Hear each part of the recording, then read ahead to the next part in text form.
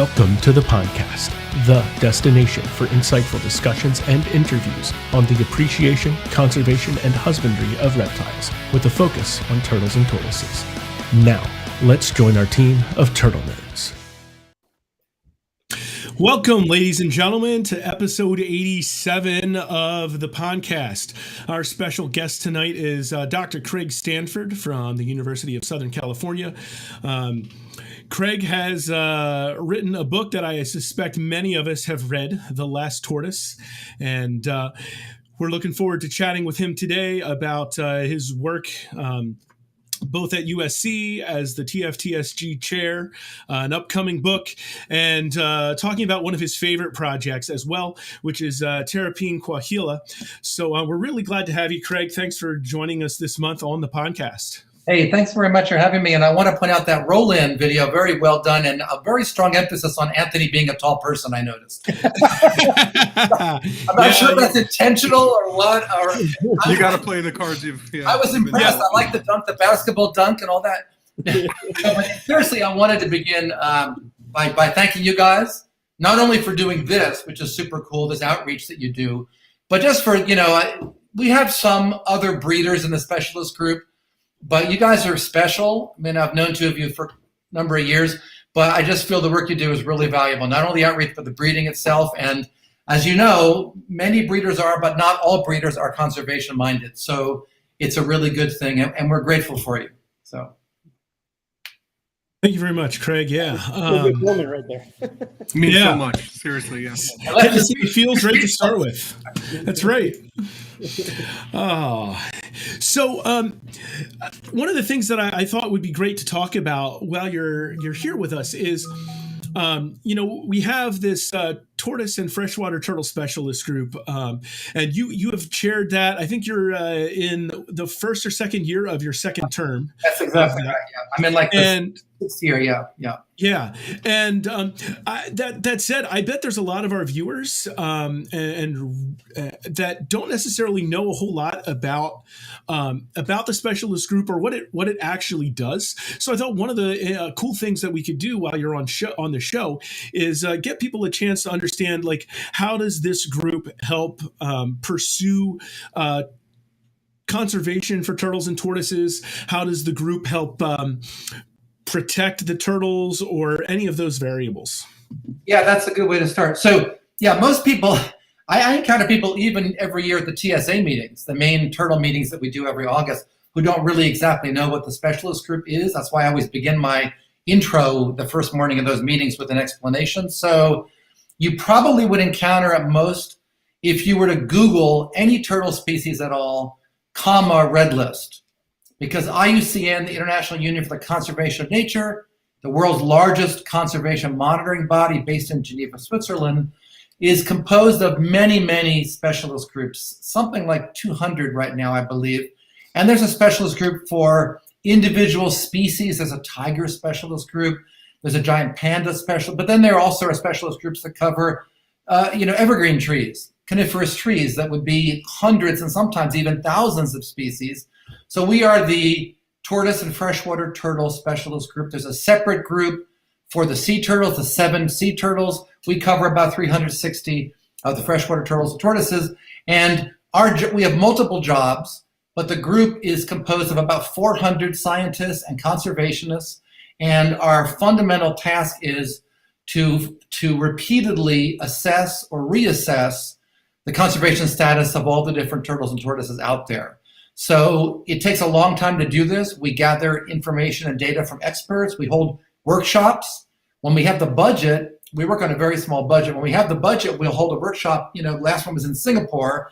We had all these people that specialize in Asian turtles, many of which you guys know very well, like the Manuria tortoises, for instance, Impressa and Emmys. And we had experts from those parts of the world bringing in their knowledge and their actual data, but also just their perspective.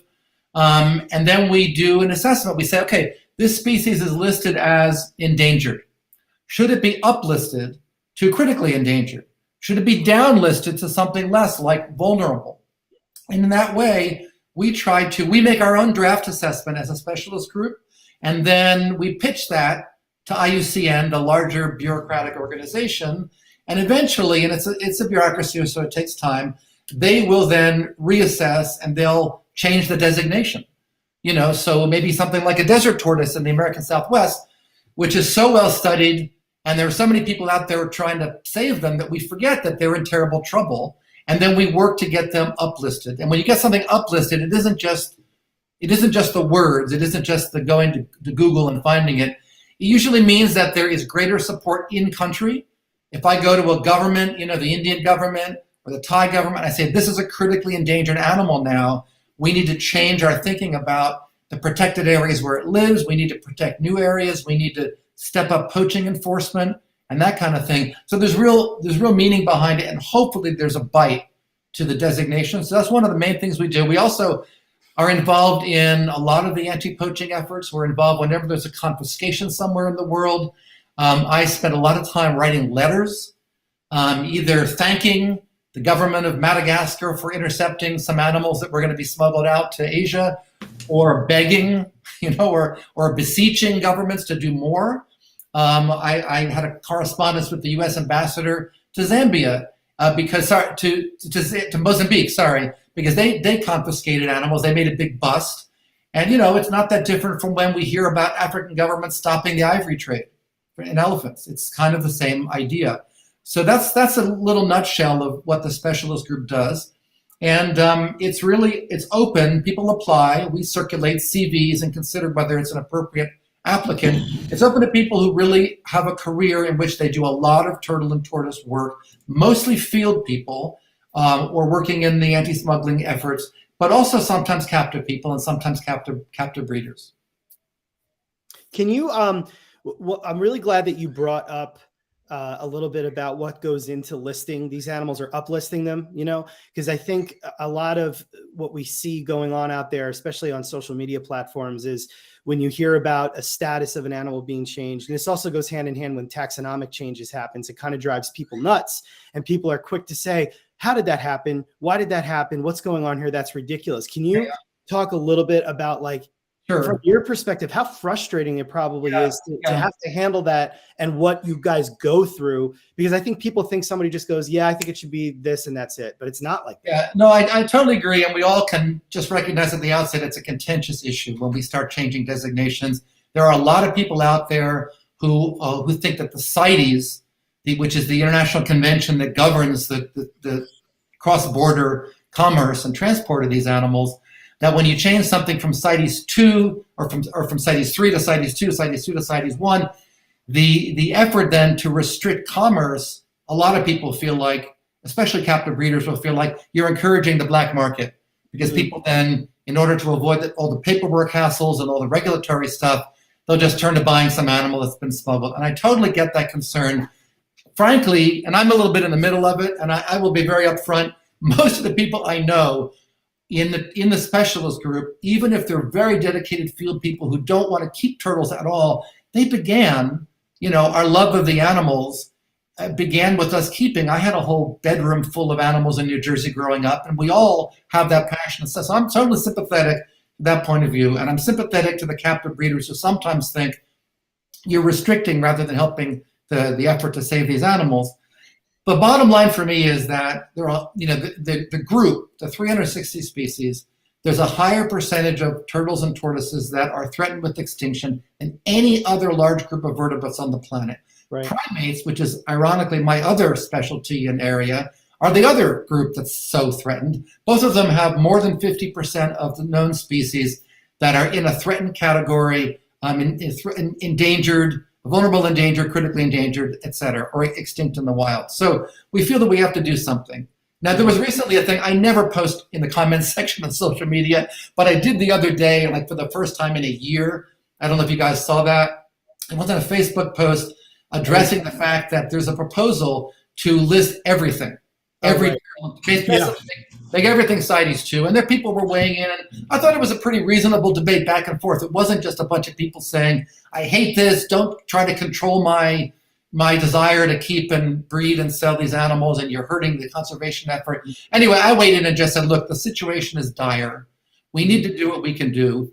And my bottom line feeling, which I'm totally open to us talking about, the four of us and anybody who wants to chime in, is that in the case of some really, really rare turtles and tortoises where they're literally, it's a handful of animals left, a few dozen animals, 100 animals left, captive breeding is absolutely essential, right? We have species that were basically functionally extinct in the wild, Burmese star tortoises, right? Extinct in Myanmar in the wild because they've been poached out.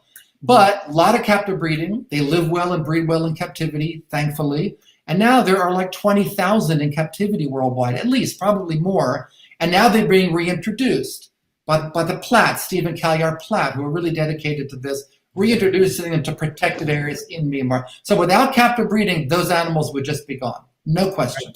Right. And then you have plowshare tortoises. You have the giant Yangtze softshell, the Raphitus in China, Vietnam. Those animals would just be gone without captive breeding, no question. But my point of view is that for the 90+% that are not that critically endangered yet, just let's protect the wild populations. And so, you know, and the frank thing is, and I know I tick off people in the specialist group too, who are, some of them just world-renowned breeders and have figured out how to breed animals nobody else knows how to breed. By just saying, yeah, but you know, when there is a commercial side to this, we're not trying to hurt anybody's livelihood, but when there's a commercial side to this, then we all recognize that a big-time, big-scale captive breeder has a stake in this that goes beyond conservation. Yeah. And so if somebody says, hey, you know, these animals, there shouldn't be all these regulations, let me do what I need to do to breed more of them. Let's say Chinese box turtles, koara, for instance. But still we recognize if anybody is actually breeding them, they're very, very valuable.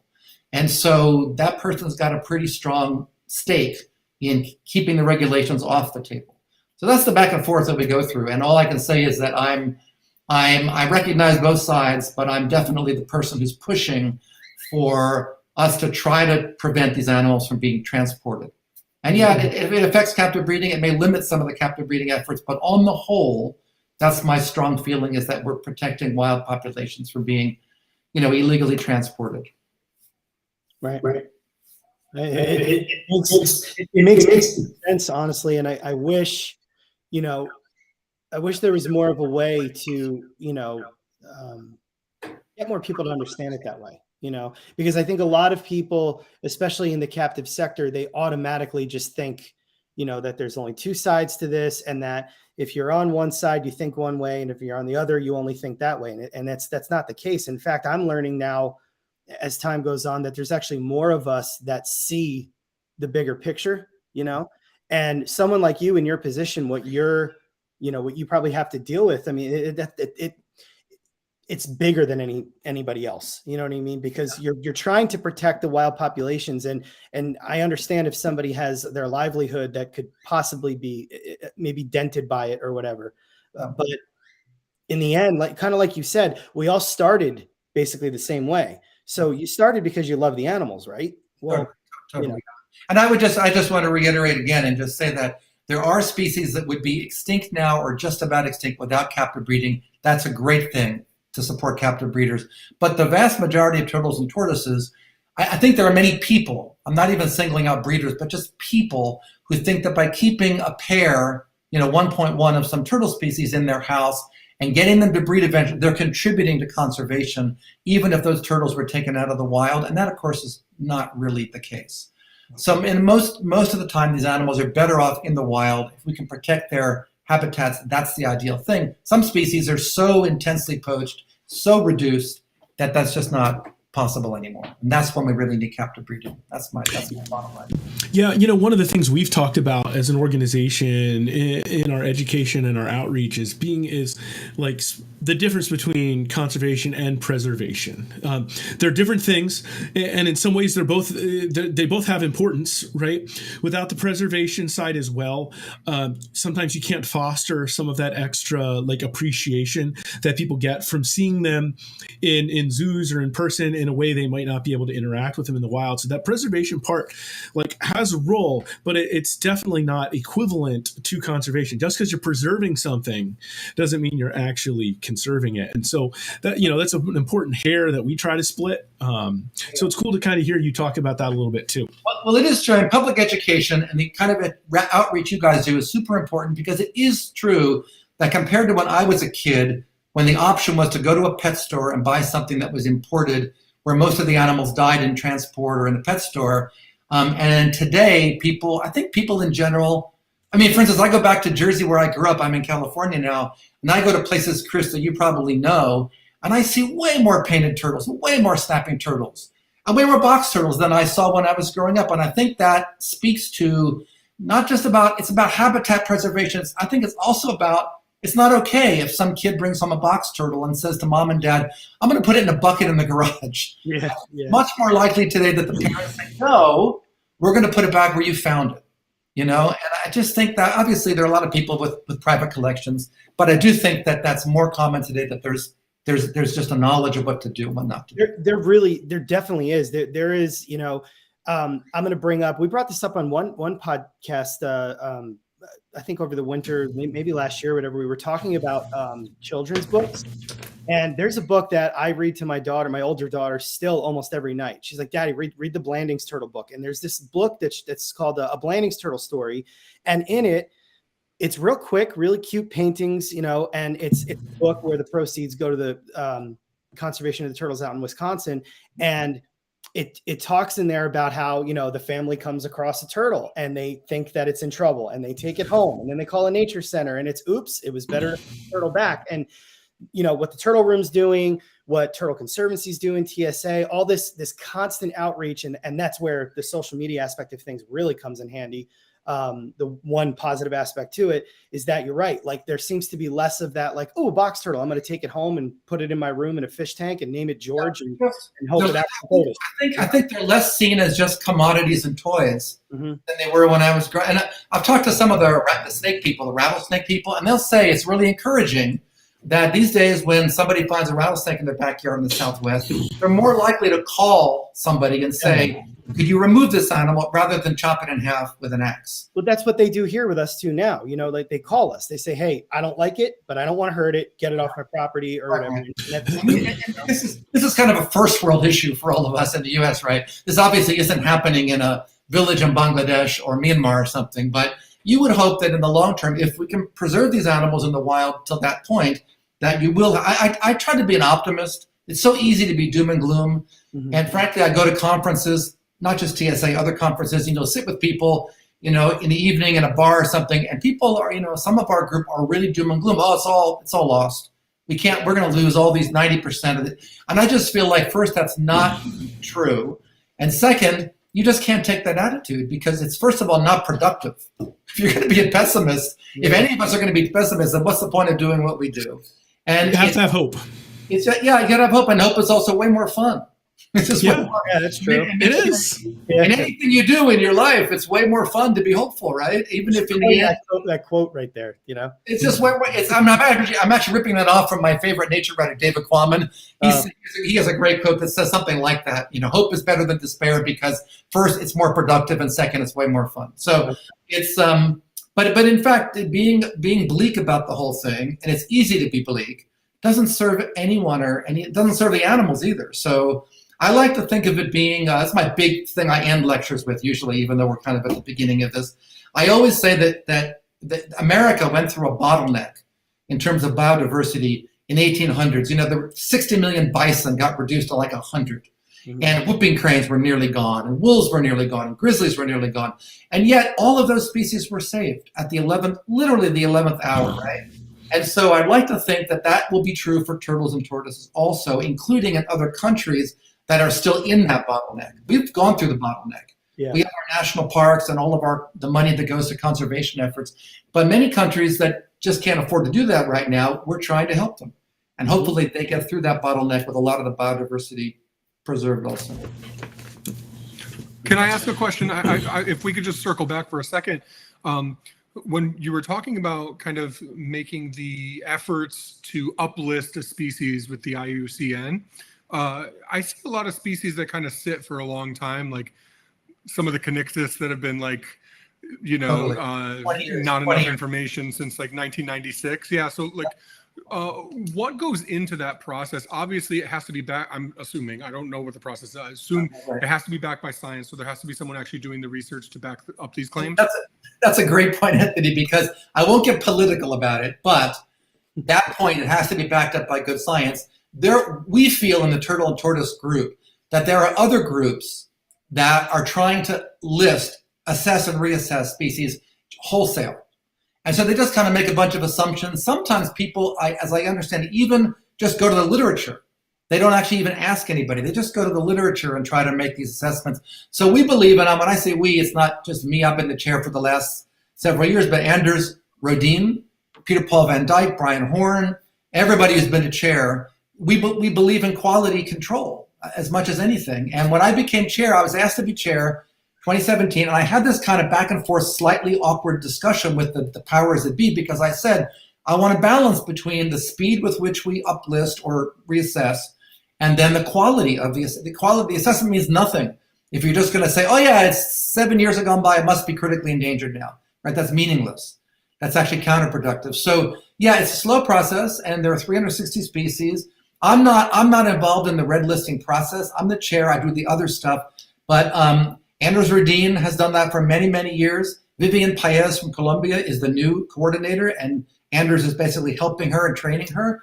And so I think they all agree. We all agree that, so Vivian, being from Colombia, is tackling the Amazon turtles, South American turtles, next as a big group. We did, like I said, we did mainland East Asia and Southeast Asia a couple of years ago. So yeah, when you see species there like Conyxus, for instance, we just have to circle back to them. And it's tedious, it takes time, it's frustrating. In the end, we want to get it right. And so we put the time in. And then, to be honest, not to be defensive, but once we do our part, we then send it off to IUCN, and they put it through a review process that can take a very long time. It can take a couple of years sometimes. So when it finally gets published online, it represents actually years of work. But yeah, there are many species out there that we list them even as data deficient, the DD category, because we just haven't, we haven't gotten enough experts to tell us what's going on. Again, we have these first world problems. We live in a country where there's an army of biologists, conservationists working on desert tortoises in the Mojave Desert, close to where I am. It's like hundreds of people. And I've given talks at those meetings. I've done like a keynote kind of thing. And I'll say, do you appreciate that most of the other tortoise species in the world have like one person, literally one person who's the expert, the local expert, sometimes not even one person. So it's a task. It's a real task that we're trying to get done. Awesome. Good stuff. Good stuff. Craig, you mentioned in passing that, the other species group you're an expert in is also highly endangered as well. And so that happens to be the primates. I know your career, as I recall, since you're a anthropologist, biology and anthropology, does a lot with evolution, and you spend a lot of time with primates. So how did you get to move from primates back to getting to do some turtle stuff and even becoming the chair of the turtle group? Because I know there are still several people that see you as, oh, he's a primate guy, but But so how did you get from point A to point B? I think that'd be an interesting story to talk about. The way this works, the first time I published anything on turtles, my primatologist colleague said, "So what? You're a turtle guy now?" Right. Yeah, you cannot win with certain Right. No, my segue was simple. That I grew up as a kid in the New York area in Jersey, wanting to be a herpetologist, and I had like Chris and you guys all had a house full of herps. And all bought from pet stores, pretty much, and disreputable animal dealers at that time, importers in Jersey, and that was what I wanted to do. And I got diverted in college to be interested in primates, and then I went to graduate school for that. Moved to the West Coast to do a PhD, and that was my career. I got into primate research. I got invited by Jane Goodall to go work with her. That was my postdoctoral work for 6 years, and then I had this long career still going on with 6 years in Tanzania with chimpanzees with Jane Goodall, 9 years in Uganda with mountain gorillas and chimps in a national park there, 7 years in China collaborating with Chinese scientists, several years in Thailand. And then in the early 2000s, I had all the promotions and all that professors have to get. And I felt like, hey, I have colleagues who are now my age and career stage. They're just kind of kicking back and not really doing anything exciting anymore. I want to do something kind of new. And I turned back to the herp thing. And I had published a couple of papers when I was a grad student on African python breeding in Gombe National Park, where Goodall's chimps are. So I always kind of kept my finger in it. But I just went back into it. I began emailing people. And the little anecdote I love to tell is that when I was 13, there was no Google, obviously, there's no internet. I had a tiny little library in my bedroom. I just started writing letters. I'd go to the pet store, one particular pet store in Elizabeth, New Jersey, actually. My dad was a friend of the owner. And he would call my dad and say, look, tell your son I've got such and such animal just came in. I'll hold it for him if he wants it. And I'd go in, I'd buy this choco tortoise, which now is, it's a difficult to keep, rarely seen tortoise. I buy this tortoise, bring it home. I know nothing about it. And I began writing letters to the Bronx Zoo. I literally write a letter just to address Reptile Department, Bronx Zoo. And I began getting letters back from a guy named John Baylor, who was then an assistant curator, later to become one of the main turtle people in the world in turtle conservation. And we had like a 2-3 year correspondence, and it was amazing. He would answer this kid's letters. And I'm sure I was one of many, many kids, maybe you guys. So then 30 years later, when I decided to make turtles and tortoises something part of my profession, I started emailing John Baylor again. And I never told him who I was, that I was one of those kids. He just kept sending me these emails. Oh yeah, you need this telemetry equipment. You should buy it from this place, and you should talk to this person. And at some point, I just was going to say to him, by the way, you don't remember me, but I was this 12-year-old kid. And then he didn't answer that email. And it was because he'd passed away of, I believe, congestive heart failure. So it was one of those things. But for me, it was this amazing circle that kind of closed. And then, so I've always been super grateful. I met his widow, by the way, at a TSA meeting several years ago in Charleston. It was such a pleasure to be able to tell her that. I'm sure I was one of many people to have that same experience, right?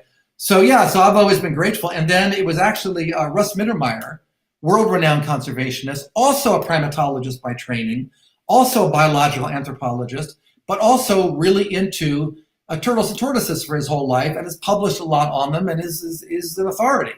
And he is the chair of the primate specialist group. He created the system, basically, and coined many of the terms, the buzzwords that we use. And he kind of drew me in and said, hey, why don't you get involved in this other specialist group? And, we could use somebody who wants to be involved, even in a leadership role. And that led to me being asked to be chair eventually. And I considered it very carefully. And I agreed to do it for one term. And now this second term, which is my last term, I'm going to do it. So it's been a totally enjoyable. And the interesting thing is people say, well, what in the world, what do they even have remotely in common? Because most of my work is with great apes, chimpanzees, plowshare tortoises, what do they, And I would say, well, okay, for one thing, they both live a long time. Tortoises obviously much more. They live their reproductive strategy, their evolved strategy, which has worked so well for millions of years, is grow up slowly, reproduce kind of slowly. Most tortoises don't lay tons and tons of eggs. A few do, like Manuria, but most don't. And have this very high adult survivorship, right? Once most tortoises get to be 20, they have very low mortality until they're very old. Same for great apes. So there are some parallels, and then the big contrast, which is also interesting and important, is that the unusual thing about turtles and tortoises is they have commercial value, right? That's when you think about it, and you think about all the animals and plants out there, not a tiny fraction have commercial value. Orchids have commercial value. Seahorses have commercial value. There aren't that many. Most of them are ferns and mollusks, and nobody's keeping and breeding primates in their garage. Not many people. That's a funny picture to think about. Nobody says if only we could breed mountain gorillas faster, we could save them, because they take us five years between births, and it's not real. But for turtles and tortoises, it's a very different equation. So, and the really cool thing about tortoises in particular, which have always been my special interest, is that because they live so long, you could have a tortoise species literally extinct in the wild and then discover some in captivity, and you could actually regenerate the species because they literally outlive the extinction process. They're poached out of the wild, then you find some in somebody's backyard somewhere, wherever, some other part of the world, and all you need is a female or two, and you can literally save the species. So that's that's the other flip side of the fact that people want to own them and love them and want to take them out of the wild. And this, to me, the awful thing of seeing plowshare tortoises and others radiated, you see them they're on Facebook pages where people are keeping them as pets, particularly in Asia, with engravings, with their shells engraved. Yeah. This is property of Madagascar National Parks. And yet that doesn't deter people from buying them and keeping them for tens of thousands of dollars. So, that's the kind of problem we're up against with those guys. So it's that's a long way of explaining my segue from primate research into turtles and tortoises. So. Yeah, so that trip ultimately led you to eventually publish your book, The Last Tortoise. I know I've read it at least one or two times. I'm pretty sure Anthony and Chris have seen it. So why don't you tell us a little bit about how you, where that book project started, and then lead into what's going on with your new book that's scheduled to release here hopefully later this year. Right. Yeah, so a lot of people in my field, a lot of biologists, we write journal articles, right? We write grant proposals to get money. We write journal articles we try to publish in really good journals. But early on in my career, I was up for tenure here at USC. I went to my chairman. I said, hey, I think I'm doing really well. I just want a pat on the back, basically. I said, I'm doing really well. I've published a ton, gotten grants, done a lot of research. And he said, well, you don't have a book. I said, yeah, but I wasn't going to write a book because we don't necessarily write. He said, well, I think you should just write a book just to cover all your bases. And I went away from the meeting kind of ticked off. And then I proceeded to put a bunch of articles together into a book that was about chimps and their hunting behavior, meat eating, which is something, if you Google it, you get a lot of stuff about that. And I love the process of writing the book. I loved it much more than writing an article. So then I always would have a book going alongside of the other stuff I was doing. And I'm a little OCD about work. And so now I have this book that you mentioned that's coming out this year called The Turtle Crisis is my 17th book. I think something like that. And I have the next book is already done, actually, which has nothing to do with turtles or tortoises at all. And will come out, I don't know, maybe in a year or two. So yeah, The Last Tortoise was the first book I did that was about turtles and tortoises. And it was the first book I did that was not based on my own data. I didn't collect data for that book. I was on sabbatical. It was in 2008. I believe. And I went around the world, lined up a bunch of visits and trips to different projects of people who, people working in Mauritius who were restoring Aldabra tortoises, not restoring them, putting them as proxy species into places where the local island tortoises are long extinct for hundreds of years. So they can be ecosystem engineers there, that kind of thing. I just, and I went to Thailand. I went all over the world, and I then wrote about this. What are the big threats? And it was fun. It was really fun, and it was well received. I know that Harvard University Press published it. They've sold out of every book they published. And then I went back to my other kind of publishing. And then, recently I was talking to Harvard again about doing another book, The Turtle Crisis, about the most critically endangered species, including freshwater turtles, including sea turtles. And we weren't agreeing on all the terms of what the book would look like. And then the Turtle Conservancy people, Eric Good, came in and said, hey, why don't you let us publish this? And so that's what we're doing. And it's been edited. It's going to the printer soon, and it's going to come out, I hope, before our annual meetings in August, to have it there to either give away, sell, or whatever. But yeah, The Turtle Crisis is a collection of essays about each one, 16 of them, about different critically endangered bog turtle from New Jersey. And I love the fact that I'm writing about these turtles, many of which live in super exotic places like Sulawesi, in Indonesia, where you have Forston's tortoise and Leucocephalon yuanawai, Sulawesi forest tortoise. But I'm also writing about Jersey, because where my roots are. And they both have critically endangered turtles, but very different situations, different backstories, So it's about that. It's about the back. Sometimes it's a cultural backstory. People are eating these animals, people value them as food delicacies, or they're grinding them up into traditional Chinese medicine, or there's some other poaching problem, or there's some other issue like habitat loss. So each species has its own separate set of problems and solutions, and that's basically what the book is about. So at the risk of a spoiler, and you can skip this question if you want, which one of the 16 species in the book do you think would be most surprising to your audience? No, I have not thought. I haven't done any interviews for that book, so I haven't got any good answer in my head. Well, actually, I'll go with bog turtles, because Chris is really into this. You guys probably are also.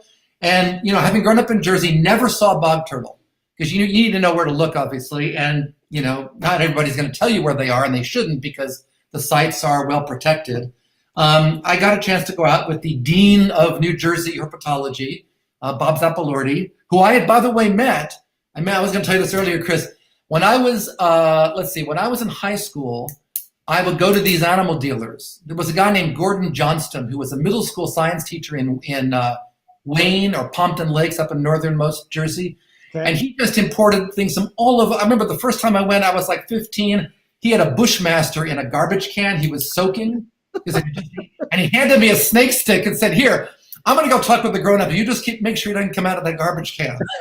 It's pretty, yeah, in retrospect, with comedic distance, it was amazing, not at the time. Anyway, so he had Burmese pythons, which of course now are this invasive species. Yeah. And then everybody wanted one, imported.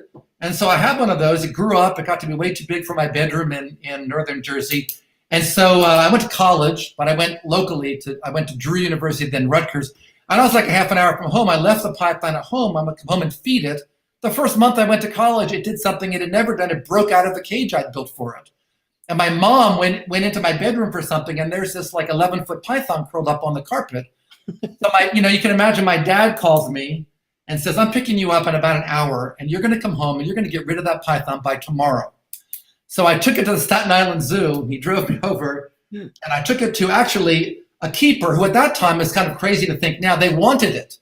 I took it to Carl Alamonte, who was a keeper, and it was a very pale colored Burmese python. He questioned whether it was actually maybe an Indian python, much more valuable. It wasn't, but he thought it was cool. He said he might keep it as a pet, and he took it.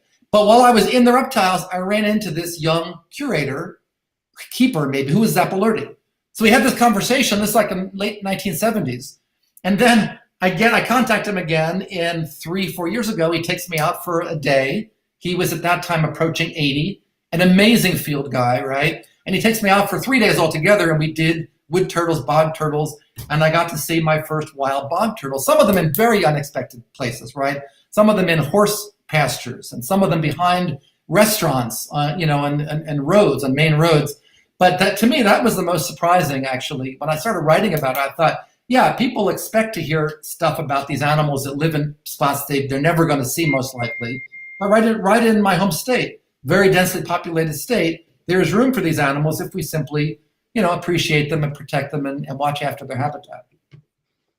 I know of the populations in Pennsylvania. Some of them have really gotten to like some of the new man-made habitats, power line right-of-ways, at the bottom of those major structures can create some habitat that they really like hanging in at parts of the year and stuff. So it's also kind of interesting how bog turtles have found some of these new man-made habitats to really spend a good portion of their life in as well.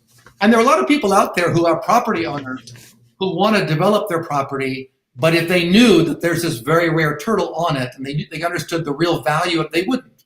And I believe we've given money to the Turtle Conservation Fund, which is sort of the nonprofit that's allied with the specialist group and with TSA and with TC and other groups, the American Turtle Observatory. And I believe we've given money to property owners who have proposed to make improvements to their property, but improvements that protect boggy areas. Mm-hmm. And don't drain them. And we give them some modest amount of money for the materials they need, because you can keep those animals for forever living behind your house. And it's the same thing. The primate work I do in Brazil, there's this incredible developed strip of the coast of Brazil where there's Rio, Sao Paulo. You'd think there'd be nothing left, but there are landowners who have been persuaded that it's super cool to have rare monkeys on your property. So instead of turning their land into all cattle ranch, they preserve some forest patches where you have some of them critically rare endangered primates. So same thing works. It can work all over the world. It works especially well when people can afford to not exploit everything, right? When they can afford to not eat the animals or not cut down the trees the animals need for forest habitat. But yeah, there are novel solutions for sure. We run into at work, we run into that issue a lot with property owners, and one thing that goes hand in hand with some of the stuff you were saying, just this past winter, we were doing some tiger salamander work, and Bob had to convince the homeowner, the conservation efforts that we were trying to make we were going to basically translocate these egg masses, and we were trying, and the guy, he worked, Bob worked his magic, and everything worked out, and we were able to save a lot of those salamanders. But basically, this guy was all about not cooperating, because he wanted to be able to develop every aspect of his land. He didn't want to deal with the 150-foot buffer he'd have to put around the wetland, and it worked out. And I think, with stuff like salamanders and obviously turtles, a lot of times, and just from what I know, at least, it tends to go a little bit more in favor of the animal. But then when you're dealing with the snakes, sometimes it's really bad news for the snake. Right. I mean, look, we all know that it's a big thing in our country, that there are local, state, and federal regulations that come into play and sometimes prevent people from doing what they want to do with land that they, inherited and is theirs for generations, their families, or that they spent their life savings buying. And, I get it. It's a conflict. And, hopefully there's something that can be worked out somewhere, some compromise, some compensation. It's Europe, it's a little bit less of a problem because people are just, in my experience, they're just a little bit less, I don't know, I don't want to say libertarian, but they're just a little bit less, keep your hands off my things. Mm-hmm. So that, but there as well. So, no, it's a problem, and it'll always be a problem. Obviously, it'll be more of a problem because as land becomes scarcer and scarcer. But I think the point is, like I saw with Zappalordi in my little time there in Jersey, there are solutions. Sometimes there are solutions, and you don't expect solutions all the time, mm-hmm. But sometimes there are. So. Yep. You mentioned you kind of briefly mentioned turtles being the most endangered vertebrate group. I really want to ask you a little bit about this, because that's something that I see popping into my head and something I think about when I'm writing all the time. You have such a great knowledge of both of those groups. It is turtles, and can you speak to that a little more? Yeah. But to be clear, what I mean by that is that if you consider large groups of vertebrates, so with 360 species, turtles, and just incidentally primates, about 450 species currently, those are both large groups. So if you were to consider a smaller group like iguanas, literally every iguana species in the world except green iguanas is, I believe every other species is threatened in some way with extinction, because those Caribbean islands have their own species. Some of them are just on the brink, right, of extinction. But that group, that family only has, or the iguanas within the family only have, I want to say something like 70 or fewer than that species. So I'm not counting that. If you counted that, the smaller groups is a high percentage. But yeah, so turtles and tortoises, the number is around between 50 and 55%. Maybe it's like 51% right now. And just, coincidentally with non-human primates, it's the same. It's something that might be 54% or something. And again, you get into these sometimes semantic battles about what are we going to call this and what do you call that one. And I will say that in terms of, you asked earlier about the process, I don't know if you were there, but at one of the earliest TSA meetings when I was chair, I decided to do an open session. I've done it twice, actually, open forum, where I have a list of all the species that we're not sure what to call them. Like they're listed as data deficient or not evaluated. Those are two categories. And we get everybody into the auditorium or whatever. You're sitting in on that. Yeah. And I say, okay, who knows what's the status of the Suwannee alligator snapper? Who knows and you just wait for somebody to shout it out. And it was pretty polite. It was actually I was expecting total chaos. There were a few individuals who were known to be chaotic, but I'm saying this because I modeled that after my colleague Russ Mittermeier, who does it for the primate group. And oh my gosh, I have seen fights break out. Like fights where I was worried there'd be somebody would throw a punch at these groups, because people just, people have spent their lives studying some species, and then you tell them, I don't think we should consider this one of the top 25 most endangered anymore, or right now, or I think we should be downlisted. Oh my gosh, you can imagine, people start telling you don't know what you're talking about, and they've got an emotional stake in those species. So it can be really contentious if you want to be democratic about it. You want to get everybody's input, but that obviously, just as every democracy, that creates chaos. So that's something I've been dealing with a lot, and it's fine. It's the way we have to do it, really. So did I answer your question? Yeah. So the size. Yeah, it's what percentage of the total species in the group are in a threatened with extinction category. So if they're considered near threatened or not evaluated or data deficient or not, then those are not considered threatened with extinction. It's the upper categories. And that's a higher percentage than any other large group other than primates. Wow. Yeah, and so for everybody, like that's I'm sorry. Just what would So that would make be, it large? Over 100? So that yeah. I mean, again, it's just semantic, but for me, a couple hundred or more. Yeah. I like semantics. Again, some of these specialist groups have 500,000, 5,000 species in them, right? So we're probably at the bottom end of being large. Yeah. And for those of you unfamiliar, the group of threatened statuses would be from vulnerable to endangered to critically endangered and beyond. It's the near threatened and least concern, and then those other data deficient, et cetera, that would be not threatened. Least concern, I hope I'm not contradicting myself because I'm not sure what the red list says. I don't have it in front of me. Least concern would be something like an eastern painted turtle, Right. Yeah. Nobody's worried about them. They're everywhere. They're in every pond in the eastern U.S. And then, but then some of the others are kind of on the border where you could argue. And then you get into these things at workshops that we do where one species we decide to uplist and somebody says, well, if you're going to uplist that species, you sure better uplist this species. Mm-hmm. And then we have this whole thing. But that's the process. And as I said, it's relying on expert advice. And then it's not only expert advice. So these experts gather at a workshop and they render an opinion. We break into little breakout groups. They render opinions. And then those assessments are sent out to external reviewers, independent reviewers. And the reviewer might say, I have no idea what they were thinking when they were in that room. They're just totally wrong. And then I have to, with the Red List coordinator, adjudicate that. So, yeah. And then I get emails from people saying, what's going on? I'm frustrated. This species needs more protection and more attention. And so it's been years. And then I get that a lot. And then I have to say, sorry, we're working on this problem. So do you find, and I know we have talked about this on the show before, and I don't, was it Peter Paul? I can't remember. Somebody did a talk about this at one of the symposiums about, should we be paying more attention to the common species? Yes, do you feel that, there's so much eyes of the world on so many of these, the bog turtle, chorus species, whereas we're forgetting about the painted turtle, I mean, eastern painted turtles might be a rare exception where there are lots and lots, but there definitely are many species in between. Yeah, Peter Paul has talked about that. Brian Horn has talked about that, where you want to prevent them from reaching that point where now we're suddenly freaking out about what to do. Exactly. That would be great. That's kind of part of the big picture, of course. Mm-hmm. So, there are species that are, I'm not even thinking about red-eared sliders, obviously, but there are species that are kind of weed species in a sense, meaning they're generalists and they can survive in many places. Mm-hmm. So they're not going to be extinct in our lifetime for sure. I mean, they're not going to be threatened in our lifetime.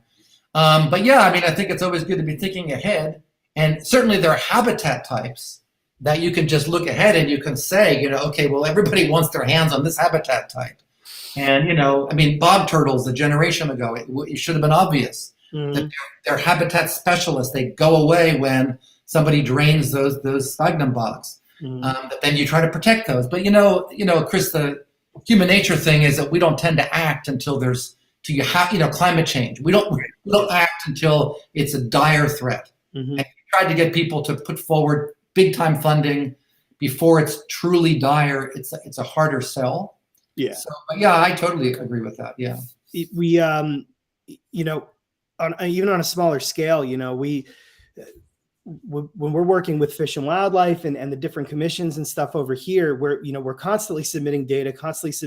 And it's something that we've known too, is, they want to collect as much information from us as possible, and then that's where our permits come into play and everything.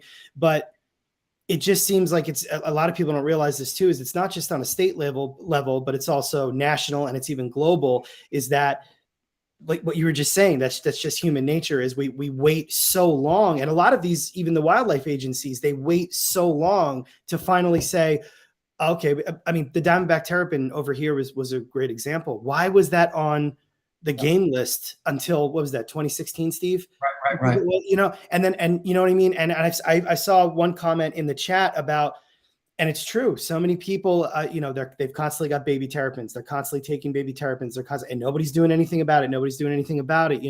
And then, we wait until they're disappearing on certain locations, like on Long Beach Island.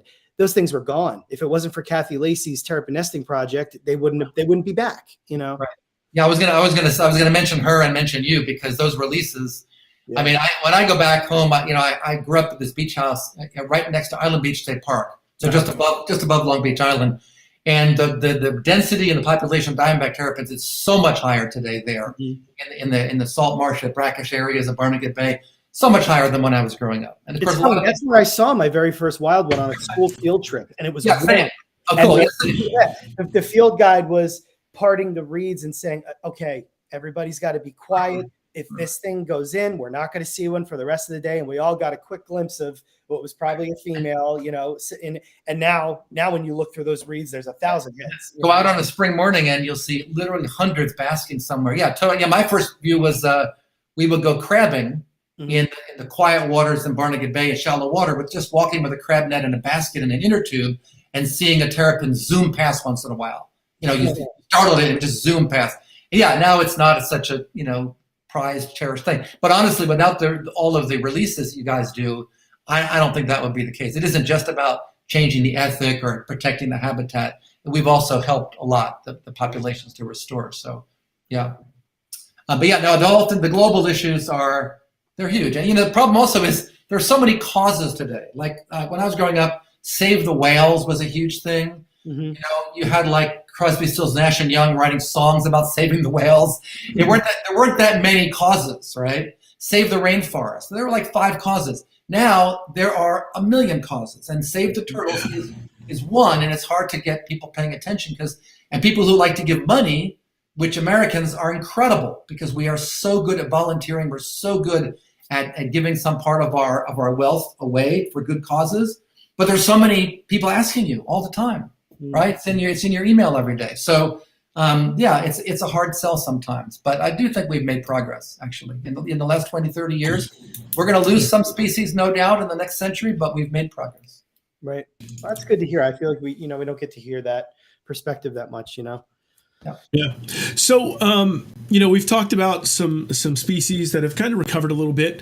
And, we talked a little bit about your upcoming book where you're highlighting 16 critically endangered species. So let's shift to one that I'd be surprised if you didn't mention in your book. I think it's one of your favorite ones. We've kind of partnered a little bit, Turtle Room and you, to kind of make some things happen with the coahuilan box turtle. So let's take our focus for the last leg of our show onto a species that we definitely all love. And so let's talk about the work that you've gotten involved in down in Mexico. And Chris can speak a bit towards how the captive side has, been able to play a role in that as well. I think this would be a fun conversation and to take it home with. You guys are all involved, and that's really super. And yeah, there is a chapter in the book, of course, about the whole situation that the Cuatro Ciénegas Valley in northern Mexico, which is the only place in the world where this species lives. And I love box turtles always. I got interested in this species when we were Turtle Conservancy folks were driving around Mexico. We did this like 2,000-kilometer trip in a caravan of pickups. I always say we look more like narcos than turtle biologists. Bring up white pickup trucks with tinted windows, and we were looking at our own land that the Turtle Conservancy purchases land, and then we protect it, even if it's in a biosphere reserve. Often it's not really protected, so we protect it for the sake of turtles, which are kind of an umbrella species. Then we protect a whole lot of other stuff too. Right. So we were looking at our areas, and then we also stopped in places we'd always wanted to look at potential future projects. And Cuatro Ciénegas was the place I really wanted to go. It's a magnificently beautiful valley. It's surrounded by mountains.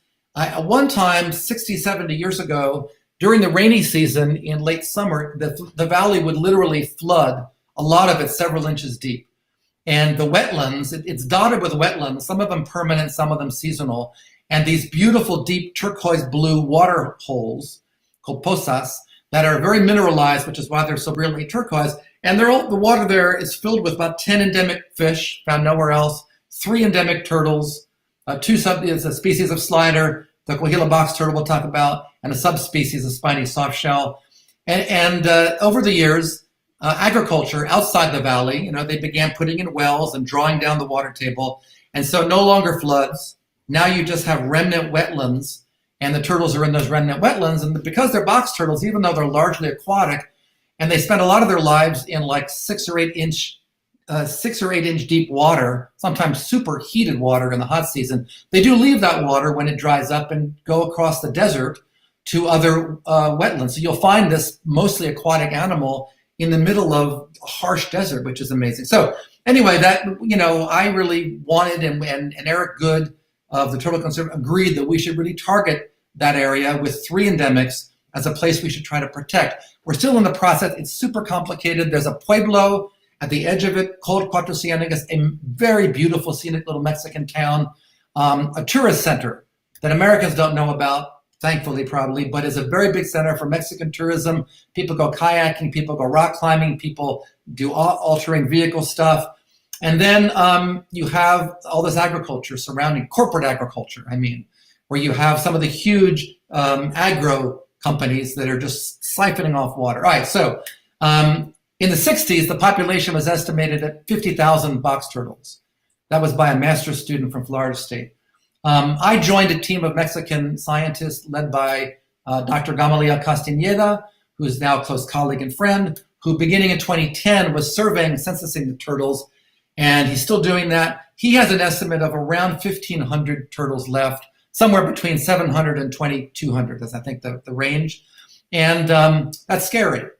And I think that the one saving grace of these turtles, that they're still there at all, is that unlike many unlike Otis, you're incredibly brilliantly colored Easter, they're not pretty, right? I think they're super cool. The juveniles are very pretty, but the adults are just a very drab brown olive color. And so, I'm sure there are some in the pet trade. I'm sure we know some have been intercepted on the way to Asia, but they're not in the same kind of demand as many species, fortunately. So we've been working there. I've been working with them since 2017, continuing to census and recensus. COVID interrupted the project. So now we're working on land purchase. And all I can say, because it's all kind of behind the scenes negotiating, is that we're working very hard to raise the funds and then use the funds to make a large purchase that would be our goal is the prime remaining wetland habitat that these box turtles live in. And it would be a huge, important thing for us to do. We also need to purchase the water rights, because otherwise somebody next to you just drains that water away and you don't have the wetlands anymore. That's happened out on the outer rim of the valley. Oh, wow. And it's our effort. And there are sliders in the same habitat, and there are the Cuatro Ciénegas softshell in the same habitat. So I've been going back and forth. I'm going sometime later this summer, and we are trying to negotiate a deal to buy some of that land and protect it. And it's a biosphere reserve, a big part of the valley. It's a protected area outside the reserve. So you might say, well, what do you need to buy it for? It's protected. But, as with many parts of the world, that's on paper. And what people actually do is something different. And so the land is threatened by all the water being taken away. The prime wetlands, where these turtles still thrive at high density, has runoff from the mountains every year also. So it's not just reliant on the water table. So that's a really good thing in terms of the long-term future. But yeah, and I think none of you guys I know, Chris, you and I talked about you going there, but you haven't been down there yet, right? No, not yet. It's a gorgeous place. And there was a time some years ago before I was working there that there was a problem with the cartels, the drug cartels in that area. That's been negotiated, and to my knowledge and my colleagues' knowledge, it's a quiet, safe place these days. Not true of all of Mexico, right? And so we have everything from a captive breeding facility that we're building at my colleague's university that Turtle Conservancy is helping to fund, to the project itself continuing to census and recensus, and then working with some of the local landowners to try to actually purchase and protect some of the land down there. And it's my main project these days. We published on the turtles themselves, but making the purchase and protecting the land in perpetuity is a big deal for us, for me. That's incredible. And, one thing that resonates with me, especially with these particular box turtles, what you were saying is, they're not pretty, depending on what your definition of pretty is. Typically, they don't have the conspicuous star pattern. They're not bright orange. So although that, there are certain animals being intercepted and there's different ways that they've made their way across different places that they weren't initially supposed to be, for the most part, they don't seem to be as targeted as, radiata or some of the Cora species, you know, or even the Geomyda species. So do you find though that, and I mean, you know, cat's out of the bag, you know, teaching the public about the fate and, you know, plight of a lot of these turtles is just something that has to be done no matter what. But do you find that, you know, as we all continue to let people know about just how dire the situation is for something like a coahuilan box turtle, that could heighten? Yeah, totally. Yeah, totally. I mean, the thing about this particular species is some species live in only little localities in a vast area. So you don't want anybody knowing where those localities are. And many times they've been published in the past. So saying we're not going to publish them now or ever show a map at a conference, because it doesn't really solve it, because there are old publications where some can just go to those. But in many areas, it's a huge area and no one would ever find the locality without a map. Potosí Valley is not a big valley. So we rely on the local government officials to really monitor it and for local word of mouth to make sure nobody's in there poaching. So yeah, we do worry about it. To be honest, I think it's a bigger concern. Many of these little mud turtles occurring in Mexico that are also super drab. You know, as soon as you begin splitting them into new species, and we have a new species this year, we had a new species several years ago, then immediately they're on every collector's list. Right. And we begin to see them turning up in collections, especially in China, frankly. So yeah, that's definitely a concern. And all I can say is that, you know, we want to focus attention on the animals. And what we're going to eventually do when we have the land is literally fence it off. Obviously, you can climb a fence, but we'll have local management working on this, on these animals. So right now, like I said, maybe 1,500 or so. And we just don't want the number to drop. The irony is that you guys have seen, you know, well, Chris, you have adults also, but we most of us have seen mostly juveniles, hatchlings and juveniles, because they breed easily. And they're out there available, you know. But what's interesting is in the wild, we don't find juveniles at all. First of all, we all know juveniles are hard to find in the wild. I was just going to ask that too, if you guys have come across any young animals. In my colleague Gama's work in 12, 13 years now, I believe he's found no more than 3 or 4 juveniles ever. Okay. And we think that's because we see destroyed nests everywhere. Sometimes they're from sliders, sometimes they're from box turtles. But we think that the subsidized predator problem is huge, that you have this town nearby, there's a garbage dump outside the town, you have raccoons, you have skunks, you have coyotes, you have foxes, have higher densities, almost certainly. We haven't done any studies. That's actually one of our next projects is to do that. No doubt at higher densities than they've ever existed naturally. And it's a big problem. So we want to start studying predation of the nest, protecting the nests themselves. Because yeah, that's, you know, I don't think there's a lot of evidence of recruitment to the populations at all, in fact. So actually, that's a species where they're not reduced to a handful yet. But because they breed well, there will no doubt be more animals in captivity sometime soon than there are in the wild. I'm sure. I know the Europeans have bred them in large numbers, and we've had offers from Europeans to ship us. Usually they want to ship us males, of course, or little guys. But yeah, I mean, we don't want to reintroduce them for fear of pathogens yet, but we do want captive breeding centers all over the place. I think they should be in Mexico, right there in the valley, elsewhere in Mexico, in the US, in Europe, just to make sure we have a captive reservoir population. So just to real quick, just to give any of the listeners some perspective, that is even more so than the poaching aspect of it, because we're already talking about a turtle that is not particularly attractive and is in a very isolated area. You know, so they're not as targeted as much as like the Yucatan or the Mexicana box turtles. But to give people perspective, okay, nest predation on most of these species is so through the roof that unless you're on the ground and you're witnessing it yourself, it's hard to put it into words. Pictures, videos, YouTube videos don't do it. You know, the northern diamondback terrapene here, okay, if we are not down the road at the right moment when those animals are depositing their eggs, the raccoons are so bold, they're coming out during the day. The crows have facial and vehicle recognition. They're right on you. They're right on the turtle, and they're quicker than you or the turtle. So they're actually pulling those eggs as the eggs are coming out of the female. So let's compare the diamondback terrapin to the coahuilan box turtle, okay? There are very stable numbers of diamondback terrapins right now, at least here in southern New Jersey, okay? but we are literally witnessing, and one of the reasons why the state wants us to continue our project with them, every single nest without fail is being predated. Wow. Now compare that to an animal that there's an estimated only 1,500 of the entire population left. And an animal that doesn't have a crew of volunteers and researchers and people like yourself out there. And an animal that takes even longer to mature. Absolutely. I mean, if it weren't for the fact that the box turtles, I mean, presumably, we don't know how long they live. Presumably, they live a long time like other box turtles. Let's say they live 40 years or something in the wild. If it weren't for that, they'd be gone. Yeah. Because of the lack of recruitment. If they had a 10-year lifespan, I think they'd be gone. So as it is, these animals, live a long time, and that's why they're there. So you just have to protect them while we can protect them. It's definitely a scary. The other interesting thing to add is that the slider might be more threatened than the box turtle. This is another thing we're going to be looking at in the next phase of our research. So the Quadrocyanega slider, Trichomes taylori, looks like a lot of these New World sliders, looks very, very much like a red-eared slider. You need to be a you need to be a turtle person to be able to distinguish them in the field with binoculars. Their problem is they're also having their eggs are being undoubtedly destroyed by predators, but their problem is also people dumping red-eared sliders into their habitat. As we know, is a problem everywhere.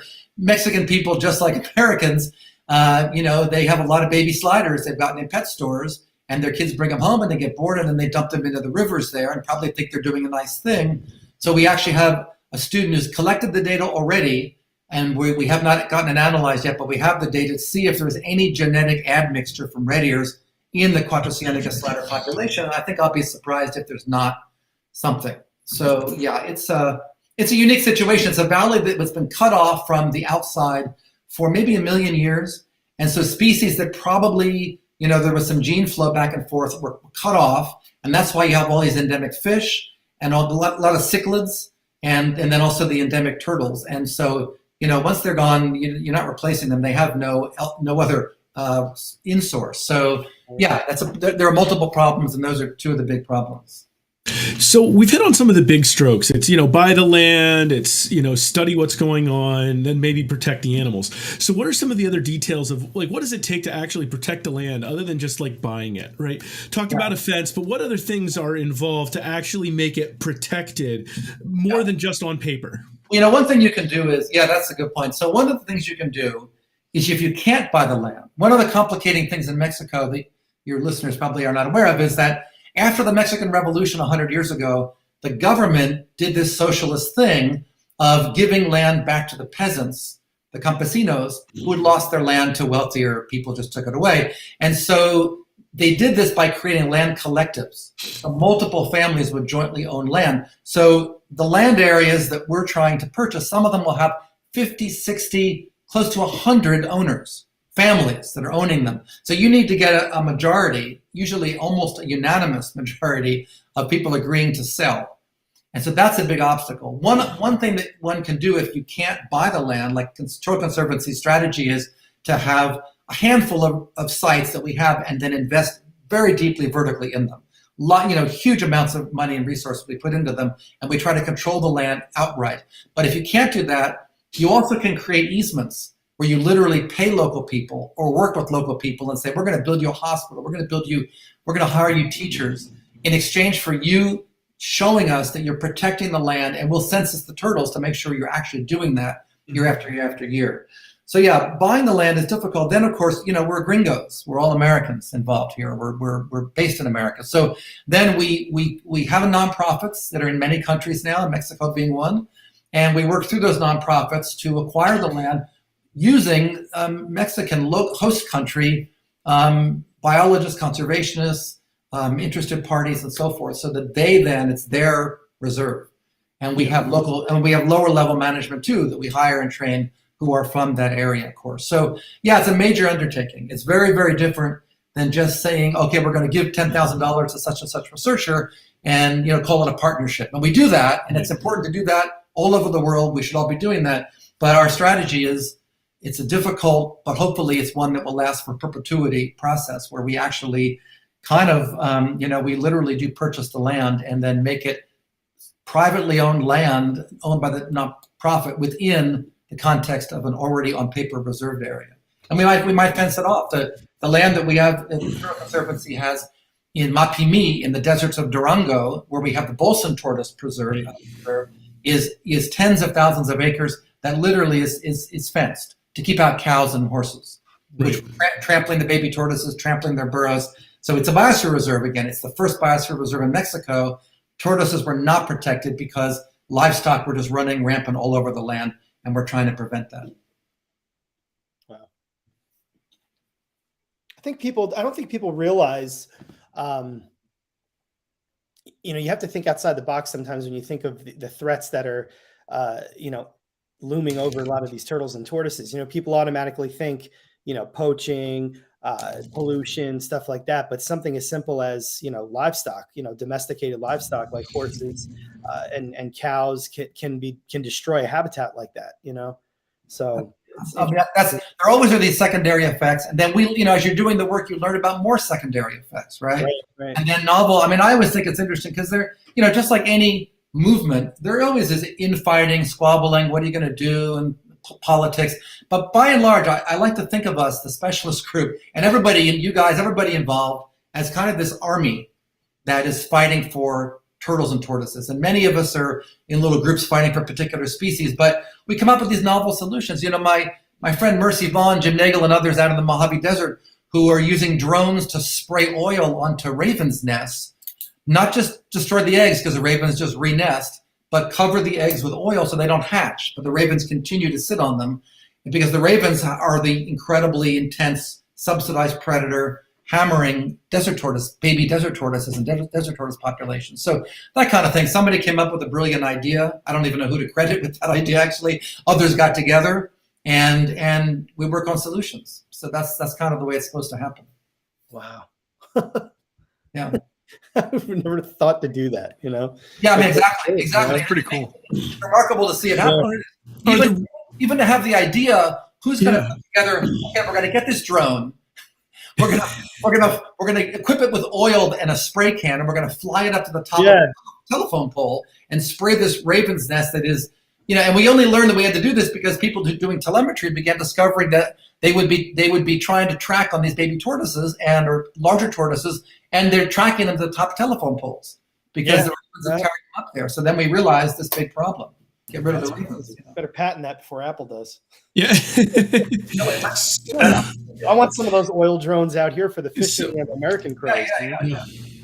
So are those ravens native species to that area that are just overly subsidized? Yeah, they are. I mean, just like skunks in Mexico, they're the native, common raven. They're everywhere, but they are at much higher density because as we've moved into the desert, our suburbs and our shopping malls and whatnot, we create lots and lots of food piles for the ravens, so the populations keep growing. So it's about balancing their population as opposed to letting it continue to get out of hand. Essentially, yeah, we're not trying to or able to annihilate the ravens in the desert. But don't want to do that either. No, but to keep them in check at least a bit. It's this never-ending balance, It's right, exactly.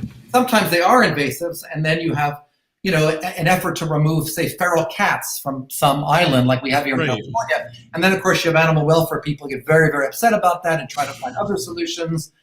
And I'm always on the side of the ecosystem. But I've worked I worked with Jane Goodall a lot of my career, and she very much is about the individual animal's sanctity. And don't go out. It's not okay to go out and start slaughtering animals, for anything. So there's always that balance that we have to try to strike and try to do it in some kind of ethical way. Yeah. Right. That's interesting. All right. That's some good talk tonight, man. Yeah. See, good comments. I noticed comments in the chat. Very nice comments in the chat. If we keep importing 40 to 60,000 Russian tortoises a year, yeah, absolutely. That's the Russian tortoise thing I find interesting is you go to a Petco or whatever, and they got Russian tortoises. It used to be that they were, like when I was a kid, they were Greek tortoises, right? Mm-hmm. They were Hermann's tortoises. And this goes back hundreds of years when sailing ships brought Hermann's tortoises to the UK from other parts of the Mediterranean. And we keep going east. And now they've reached Kazakhstan, and that's where all these Russian tortoises are coming from. And they're going to be depleted there also, no question, unless you put some restrictions on the imports, right? So. Wow. Yeah. I remember. I can't remember who it was. It may have been somebody that one of Bob's old timer friends was talking about how at the Woolworths they used to be able to buy baby Texas tortoises for like 10 cents. I'm not surprised. Is that right? Yeah. The one of the, God, I wish I can remember the one guy's name, but he was saying that was his first pet tortoise. He wanted a red-eared slider, and his parents took him to Woolworth to get a baby red-eared slider. And then he saw the Texas tortoise, and it was just like a couple cents more. Yeah, when I was a kid, I had a friend of mine and I shared a gopher tortoise, actually. Oh, wow. I think it was bought online. That's really, there was no online. It was bought through a mail order kind of a thing. Yep. Ship your gopher tortoise. I mean, these things sound bizarre to current day ethics, but that's what people did. Yeah. Yeah. It was a different world. I mean, it was a different world 20 years ago too. So it's our relationship with nature as a society has definitely continued to evolve. I think mostly for the better in general. We're learning, as a species for sure. I love it most when I go to some of the places where I work. And one of the things I love to do as a chair is I go to developing countries and work with usually younger conservationists who are working super hard, have no money and no recognition for their work from either the government or the international community, and then hang with them and give them advice and support and talk to the government or whatever. But so when I worked in Thailand those years on Manuria emesferi, which is a wonderful tortoise, right? And we worked we had a camp in the center of the range. It was the middle of a national park, Kengkochen National Park, where they were not being poached, although they are poached elsewhere and they're rapidly declined in Southeast Asia. But we'd be in this campground, and then when holiday weekends would come, you would have on a Friday evening, you'd have hundreds and hundreds of Thai people arrive in SUVs and campers, and they'd set up their tents, and they'd set up their hibachi grills, and they'd do sauteed chicken all weekend. But they would spend the weekend, just in terms of how the ethic has changed, not just in the US or Europe, but elsewhere. They'd spend the weekend, you'd see them out there with their cameras and their tripods doing wildlife photography, photographing butterflies. They'd be hiking with guides, looking at nature. They'd be doing watercolors. It was really super cool. And then Monday would come, and they'd all leave Sunday night to go back to Bangkok, and they would not leave a scrap. They would put an average American campground to shame in terms of what it looks like on Monday morning.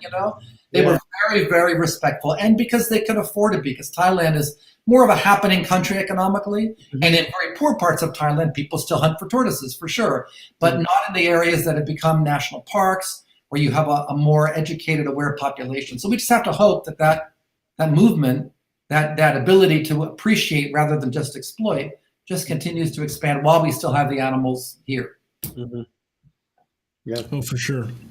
I love it. For sure. Awesome. Craig, thank you again for joining us tonight. This has been a really awesome conversation to wind through. I think our audience really enjoyed it tonight as well. I look forward to seeing you in August in Tucson for sure. I know I'll be there, as well as some of the other Turtle Room folks. I don't know that Anthony or Chris will get there this year, but I know there's several of us that are planning to be there. So very much looking forward to it. I'm really hoping, because now we've had 2 years on Zoom, and we've actually gathered new interested members, parties, and students who normally could never fly to Tucson. I'm hoping we can keep them either by having some hybrid sessions or whatever. But thank you for your part also, Steve, with your listserv management you do for us. But this will be an interesting meeting, as we'll have in-person interaction. Great. Actually, so one thing we've been talking about doing is maybe that Monday night after the first day of the conference is maybe doing like a remote podcast where I'm out there, and we could maybe have a couple people pop on or something with us and just talk about what's going on with the conference. Might be an interesting way to connect to some of that other audience as well. So that would be super cool. Yeah, I know that one of the other meetings that I go to, there's a guy who does a podcast. He actually walks around. I guess it must be recorded. He walks around talking to people at posters, interviewing them, and I think it's not totally live, but it's great content for people to watch. Right. Live from China or India or wherever. So yeah. Awesome. Well, Greg, thank you very much. That was I can't believe that went by that fast. Good talking to you guys. Really good talking to you, and it was good. So, cool. Anthony, Chris, Craig, any last words? I I don't know. No, I don't get I just anything. say thank you for listening. I'm kind of trying to, with one eye, look at some of the chat comments. I think they're really good. And just thanks for tuning in. Yeah. All right. Thanks, everybody. So glad you could join us for the podcast episode 87. Oh, Anthony, sounds like you might want to say something. Oh, did you hear that? Am I on a delay? I was going to ask Craig. It sounded like you were going to say something. What was that? I was. You can't hear me. What were you going to ask me? We can hear you. Go for it. Go for it. I was going to ask. I'm going to LA in June, and I'm wondering if it's worth going to the LA County Natural History Museum. Yeah. Question mark. Oh, it is. Yeah. Well, I mean, the zoo has actually a new and really excellent reptile house. And what's cool is the Ian Recchio, who's the curator in LA Zoo, he didn't want the generic zoo reptile. So there were no like giant anacondas or whatever. So there are a lot of super unusual herps in the reptile house, mainly snakes and vipers and whatnot. And the Natural History Museum doesn't get as much attention as it deserves. I have an appointment there actually, because we're in LA, so people don't come to LA to go to the Natural History Museum, right? But you might. So yeah, totally. And if I'm in town, let me know, and I'll give you a personalized kind of a tour if I'm around. I'm going to be going away mid-June to Europe and then Mexico. But if I'm around, yeah, sure. I'll ask. Yeah. Awesome. It's a little bit like it's a miniature version of the American Museum in New York, I would say. It's a little bit smaller, but still excellent. Yeah. Awesome. Super cool. All right. Thank you guys for Anthony, Chris, and Craig. I'm Steve. Enjoy your night, and thank you for watching the Pondcast episode 87.